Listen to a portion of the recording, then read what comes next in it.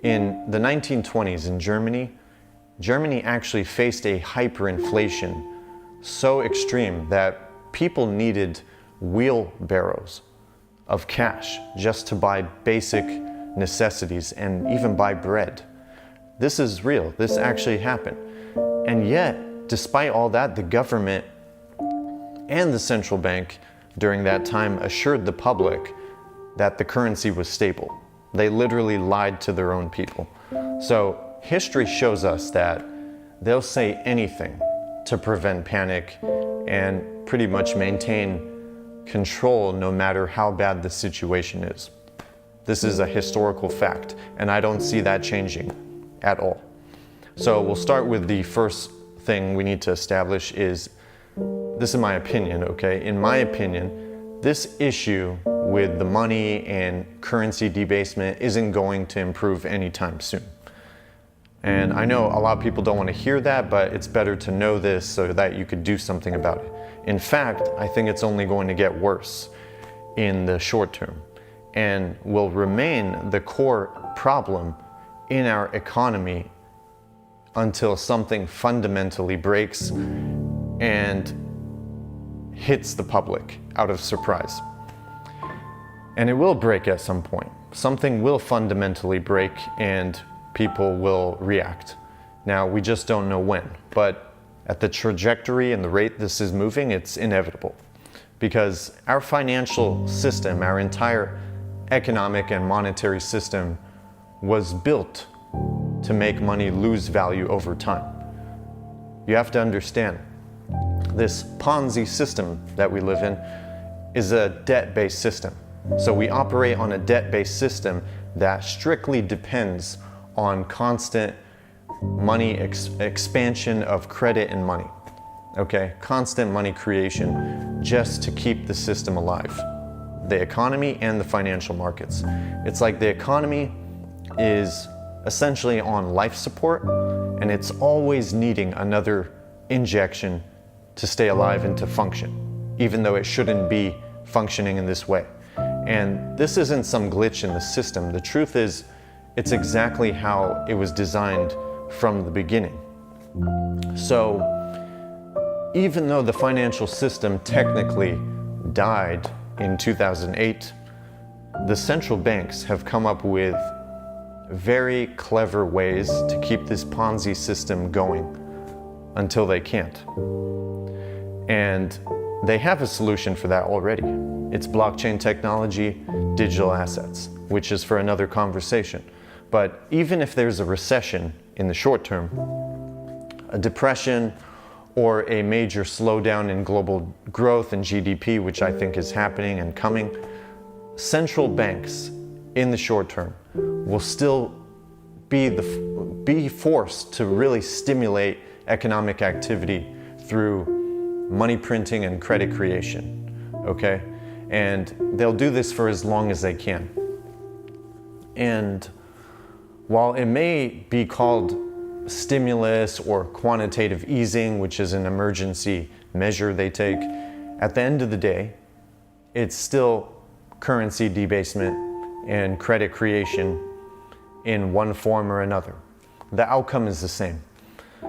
So that's the game, that's the classic playbook, and they will play it for as long as they can. Now, the system runs on debt, and the debt just demands more money creation, and they understand this. So this will keep going until it doesn't, but it will happen, it will break when we least expect it. So the dollar weakens as they create more money and you buy less. That's pretty much it. It erodes your wealth over time as they keep this debt system going. And that's not just inflation. That's currency debasement, okay? That's the final product, the final outcome. And it's pretty much baked into the system. And the truth is, as this cycle continues, which currently it is, the wealth gap only continues to grow. What that means is the middle class keeps shrinking because wages can't keep up with rising costs, and at the same time, the wealthy who own real assets, okay, whether it's digital or tangible, like stocks, real estate, companies, land, gold, businesses, and some digital assets, they continue to build more wealth in this debt-based system. And why is that? It's because when money loses value from currency debasement and credit being created in the system, assets gain value, okay? The rich understand this. The wealthy, the protected class, they get this. And that's pretty much why they buy assets and asset prices go up, okay? Because even though it's hard for the average person to build lasting wealth, because the lower class and the poor can't afford assets and typically they don't own assets, there's still a chance to get ahead. But the point is they're being squeezed out, okay, as this cycle continues. And this cycle isn't random. It's pretty much how the system was designed to work.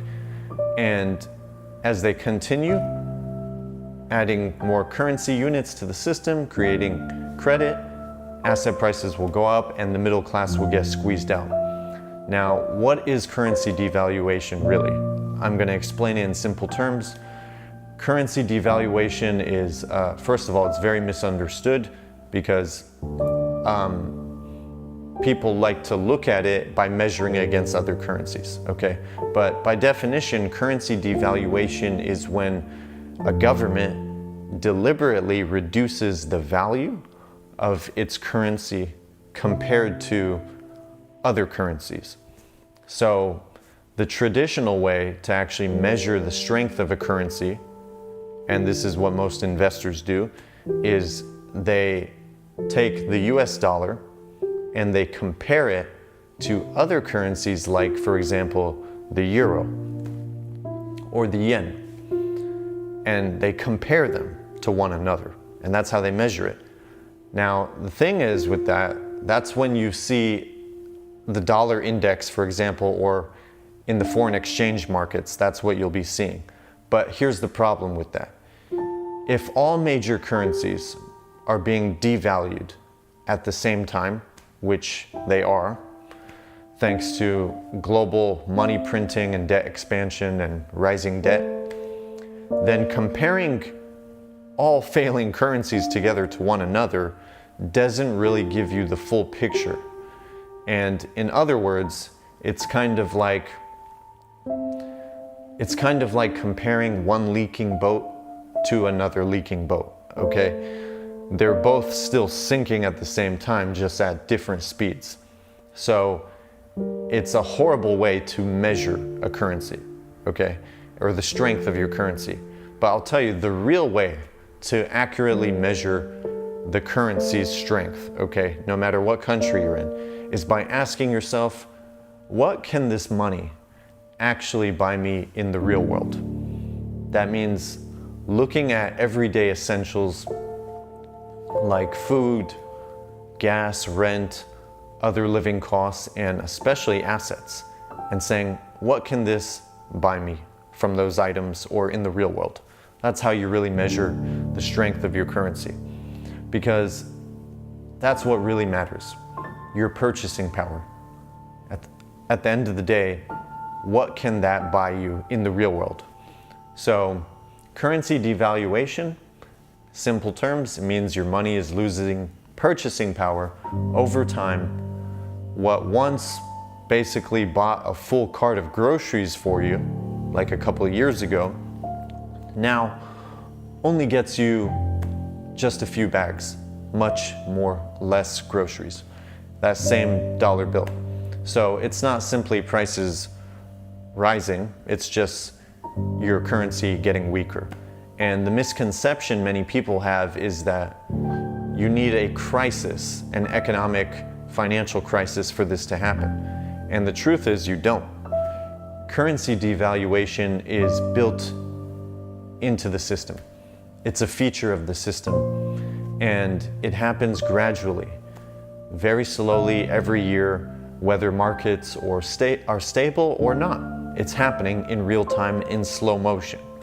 So crisis will sure expedite that process, okay? But it's still happening. And many assume that just because a dollar is still a dollar, its face value hasn't changed. They think the value of it hasn't changed. But a dollar is only as strong as what it can buy you. And that's the truth. And it's only getting weaker.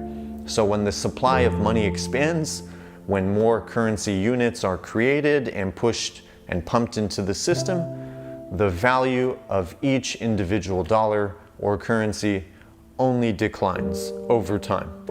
So think of it like watering down your juice, okay?